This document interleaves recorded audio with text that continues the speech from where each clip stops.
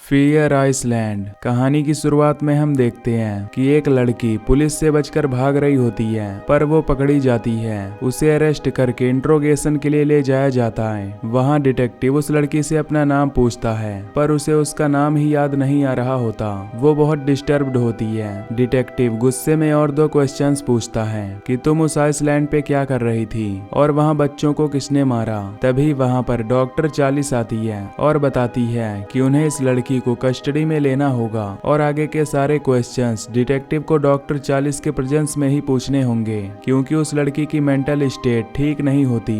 रात में जब वो लड़की सो रही होती है तो उसे बहुत सारी आवाजें आने लगती हैं, जिनसे वो बहुत डिस्टर्ब हो जाती है। तभी डॉक्टर उसे इंजेक्शन देकर सुला देते हैं। अगले दिन वो लड़की उसे जो याद आ रहा था वो बोलना शुरू करती है। उसने और उसके पुराने दोस्तों ने एक आइसलैंड पे क्रूज प्लान की होती है, क्योंकि वो सब लोग जॉब और पढ़ाई के लिए दूसरी जगह जाने वाले होते हैं। ये 6 लोग आइसलैंड पर जा रहे होते हैं, जिनमें टाइलर, उसका भाई काइल की गर्लफ्रेंड एशली, मार्क, जेना और उनके साथ एक केयर टेकर कीथ होता है। मार्क और जेना का रिसेंटली ब्रेकअप हुआ होता है और मार्क इस ट्रिप पर सब ठीक करना चाहता था। फिर वो लोग बोट से आइसलैंड पर पहुंचते हैं। वहां टाइलर उन्हें बताता है कि यहाँ पर ना इंटरनेट, ना वाईफाई और ना ही टीवी है, बस नेचर के मजे लो। सभी अपना सामान निकाल कर आइसलैंड के अंदर की प्रॉपर्टी की तरफ बढ़ते हैं। वहाँ टाइलर के फादर का एक बहुत सुंदर मकान होता है। जेना और एशली मार्क के बारे में बात कर रहे होती हैं। एशली जेना को समझा रही होती है कि मार्क अभी भी उससे प्यार करता है, पर जेना को लगता है कि मार्क बस प्यार का नाटक कर रहा है। अब ऐसे ही बातें करते करते वो दरवाजे के सामने पहुंचते हैं। वहाँ पर एक चाबी वाला टॉय गोल गोल घूम रहा होता है। इन दोनों लड़कियों को लगता है कि टाइलर मजाक कर रहा है, पर टाइलर ने कुछ नहीं करा होता। वो जब खिलौना उठाकर देखता है तो उसके पीछे लिखा होता है रिवेंज। वो उस खिलौने को फेंक देता है और अंदर चला जाता है। यहाँ दूसरी तरफ मार्क और काइल फिशिंग का सामान लेने जा रहे होते हैं। तभी मार्क उसे बताता है कि वो जेना पर इतनी जल्दी गिव अप नहीं करेगा। वो अपनी रिलेशनशिप को सेव करने की पूरी कोशिश करेगा। काइल उसे समझा रहा होता है कि कुछ चीजों को जाने भी देना चाहिए। फिर सीन प्रेजेंट में आता है, जहाँ कस्टडी में उस लड़की को अपना नाम याद आ जाता है, जेना कैम्बल। उन सब में से बस जेना आखिर में बची होती है। वापस फ्लैशबैक में हम देखते हैं कि बोट से एक और लड़की निकलती है जो चुपके से चढ़ गई होती है, पर कीथ उसे देख लेता है और पकड़ के इन सब के पास ले आता है। वो लड़की काफी यंग होती है। वो अपना नाम मैगन बताती है और वो इन सब को पहले से जानती थी। वो लोग भी मैगन को अपने साथ शामिल कर लेते हैं। टाइलर और मैगन इंस्टेंटली एक दूसरे के साथ अच्छा बॉन्ड बना लेते हैं। रात में सब पार्टी कर रहे होते हैं। काइल और एशली बाहर पूल में होते हैं। मार्क और जेना बाहर अपने बारे में बात कर रहे होते हैं और टाइलर मैगन के साथ ड्रिंक्स एंजॉय कर रहा होता है। ड्रिंक्स के बाद मैगन और टाइलर का मूवमेंट बन रहा होता है। वो दोनों बेडरूम में जाते हैं। वहाँ मैगन टाइलर को बताती है कि वो ये पहली बार कर रही है, क्योंकि वो बस 15 साल की है। ये सुनकर टाइलर रुक जाता है और मैगन को सॉरी बोलकर वहाँ से निकल जाता है। बाहर काइल और एशली किस कर रहे होते हैं। काइल बियर बकेट से आइस उठाता है और मस्ती में एशली के फेस पर लगाता है, पर वो लोग नोटिस करते हैं कि एशली के फेस पर ब्लड होता है, जिससे वो दोनों बहुत डर जाते हैं और आपस में ही लड़ने लग जाते हैं कि ये ब्लड आया कहाँ से। उनकी आवाज सुनकर टाइलर भी वहाँ आ जाता है। वो उन दोनों को शांत करता है। तभी उन्हें याद आता है कि एशली का डॉग पियर मिसिंग है। टाइलर कहता है कि उसने ही पियर को टॉयलेट जाने के लिए बाहर छोड़ दिया था। एशली टाइलर पे चिल्लाती है क्योंकि वो डॉग बहुत छोटा था। फिर वो सब लोग डॉग को ढूंढने निकलते हैं। टाइलर मार्क को लेकर कीथ के पास जाता है, क्योंकि उसे पूरा शक होता है कि कीथ ने ही कुछ किया होगा। कीथ उन्हें बताता है कि उसने किसी डॉग को नहीं देखा। बाद में हम देखते हैं कि डॉग कीथ के पास ही होता है, पर उसके इंटेंशंस अच्छे होते हैं, क्योंकि टाइलर ने उस डॉग को अल्कोहल पिला दी थी तो कीथ उसे ट्रीटमेंट दे रहा था और उसने डॉग इसीलिए वापस नहीं किया क्योंकि ये लोग उसकी केयर अच्छे से नहीं करते थे। रात में ये सब लोग उस ब्लड वाली बात पर डिस्कस कर रहे होते हैं कि ये किसने किया। तभी काइल को किचन पर नाइफ मिलता है जिस पे ब्लड लगा होता है, पर वो इसे इग्नोर करते हैं और सोने चले जाते हैं। दूसरे दिन सुबह जेना सबको कॉफी दे रही होती है और एशली बाहर उसके डॉग को ढूंढ रही होती है। अचानक इन सबको एशली के चिल्लाने की आवाज आती है। सभी लोग उस डायरेक्शन में भागते हैं। आगे उन्हें एशली मिलती है जो बहुत डरी हुई होती है और कुछ बोल बोल नहीं पा रही थी, वो बस एक तरफ इशारा करती है। ये सभी लोग वहां जाते हैं तो देख के शॉक होते हैं कि किसी ने कीथ को मार के पेड़ से उल्टा टांग दिया होता है और उसकी तस्वीर पे इविल लिखा होता है। ये सब देखकर जेना भी बहुत डर जाती है।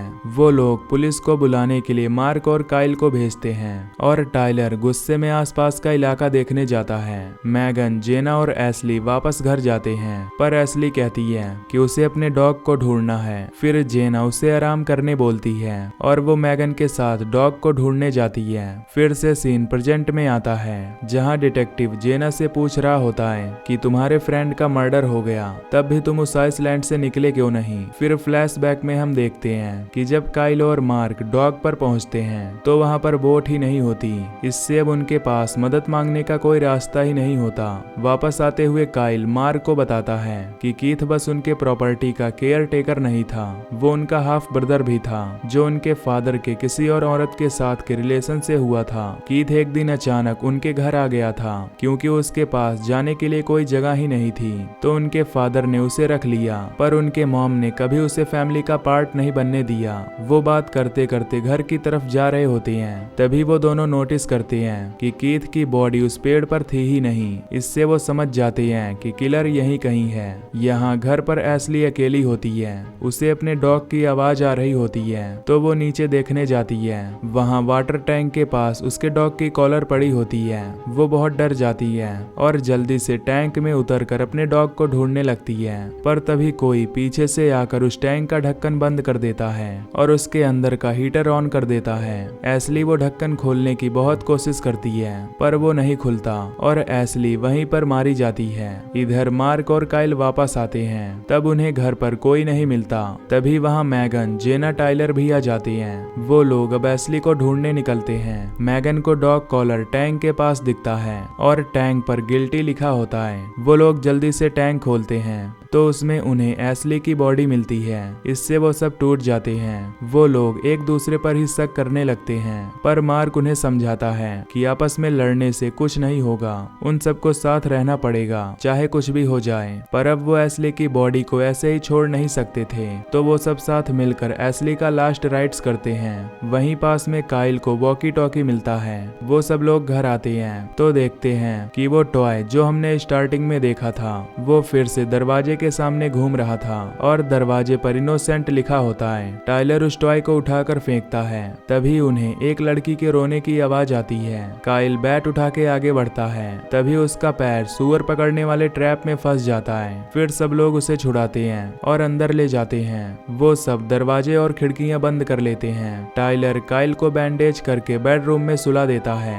और वो सब लोग हॉल में ही सोते हैं। रात में अचानक पावर सप्लाई चला जाता है। मैगन जल्दी से काइल को चेक करने जाती है, पर काइल वहां होता ही नहीं है। तभी घर के सामने का पेड़ जलने लगता है और सामने से कोई एरो फायर करता है, जो ग्लास विंडो को तोड़कर अंदर आ जाते हैं। उनमें से कुछ टाइलर को लग जाते हैं, बाकी लोग वॉल्स का कवर लेते हैं। थोड़ी देर बाद सब शांत हो जाता है, टाइलर भी बच जाता है। सुबह जब ये लोग बाहर निकलते हैं तो उन्हें उस पेड़ पर वॉकी टॉकी मिलता है, जिसमें से काइल की आवाज आ रही होती है। उसके बैकग्राउंड में पानी की भी आवाज होती है, तो ये लोग उसे डॉक पे ढूंढने जाते हैं जहां बोट थी, पर वहां भी उनको दूसरा वॉकी टॉकी मिलता है। जेना कहती है कि शायद किलर उन्हें कोई मैसेज देना चाहता है, तो वो लोग उन सब वर्ड्स की लिस्ट बनाते हैं जो किलर ने उनके लिए छोड़े थे। तो उनके सामने एक नाम आता है, रेजिना।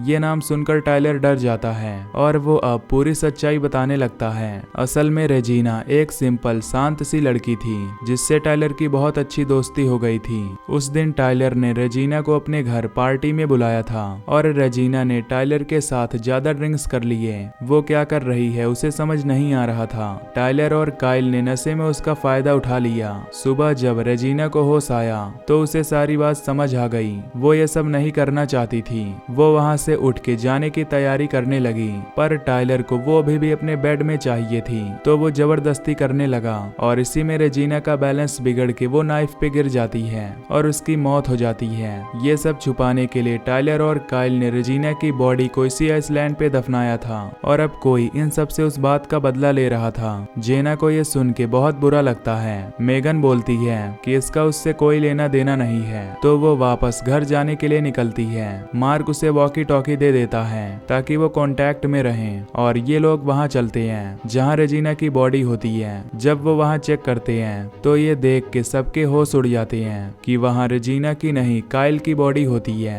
तभी मैगन का मैसेज आता है कि उसने कीथ को देखा, कीथ अभी भी जिंदा है। ये सुनकर टाइलर गुस्से में घर की तरफ निकलता है पर वहाँ कोई नहीं होता। वो नाइफ लेकर हर जगह चेक करने लगता है। तभी उसे एक जहरीला सांप काट लेता है। वो हेल्प के लिए चिल्लाने लगता है। उसकी आवाज सुनकर मार्क और जेना वहाँ आते हैं पर उनके पास एंटीडोट नहीं होता। टाइलर उन दोनों के सामने दम तोड़ देता है और वो कुछ नहीं कर पाते। अब बस मार्क और जेना बचे थे। वो लोग मैगन को ढूंढने जाते हैं पर वो उन्हें नहीं मिलती। पर अचानक कीथ वहाँ आकर जेना को पकड़ लेता है। मार्क उसे एक्सप्लेन करता है कि इसमें उनकी कोई गलती नहीं थी, पर कीथ कहता है कि रेजिना भी किसी की बहन थी और जेना उस दिन पार्टी में ये सब रोक सकती थी और कीथ ने टाइलर और काइल को बॉडी दफनाते वक्त देख लिया था। इसी सब में जेना कीथ को काट लेती है और मार्क उस पर अटैक करता है। वो दोनों लड़ते लड़ते ऊपर से नीचे गिर जाते हैं जिससे मार्क वहीं पर मारा जाता है